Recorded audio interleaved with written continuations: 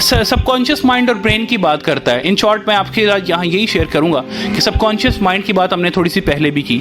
Subconscious mind इंसान के brain का वो मेजर पार्ट होता है जो एक तरह का स्टोरेज हाउस होता है, और कॉन्शियस माइंड जो कि करीब कहा जाता है कि 5% के करीब होता है, गालबन इतने की करीब होता है, और 95% के करीब उसका सबकॉन्शियस माइंड होता है। सबकॉन्शियस माइंड वो स्टोरेज हाउस होता है जहाँ पर आपकी डिफरेंट चीज़ें स्टोर होती हैं, और फिर उनमें से आप कॉन्शियस माइंड में चीज़ें लाकर एक्शन करते हैं। हम इसमें कंप्यूटर की मैं मिसाल अगर आपसे शेयर कर दूं तो शायद गलत ना हो, जिसमें हम रोम और रैम के बारे में देखते हैं। अब रीड ओनली मेमोरी रोम जो होती है वो उसको हम कॉन्शियस माइंड कह सकते हैं कि कॉन्शियस माइंड एक रोम होती है जिसकी वजह से हमारे पास सामने एक डिस्प्ले आता है स्क्रीन के ऊपर।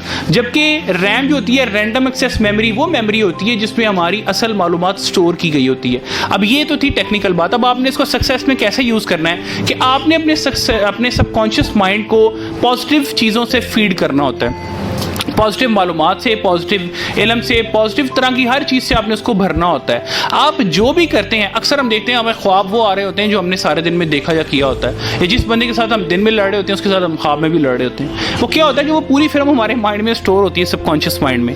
या बाद औक़ात हमें कोई ख्वाब ऐसा आता है जब हमें ये महसूस होता है कि ये चीज़ हमने कहीं पर पहले से देखी हुई है, या बाद औक़ात हमें ख्वाब ऐसा आता है जो हमने अपने दिन में उस वक्त कुछ सोचा होता है। तो ये सारी सबकॉन्शियस माइंड की गेमें हैं कि आप अपने सबकॉन्शियस माइंड के मतलब अब आप इसको कंट्रोल कैसे कर सकते हैं, यानी आप अपने 5% माइंड से अपने सबकॉन्शियस माइंड को कैसे आप कंट्रोल कर सकते हैं कि आप अपने माइंड को जो फीड करें वो हो ही अच्छी चीज़।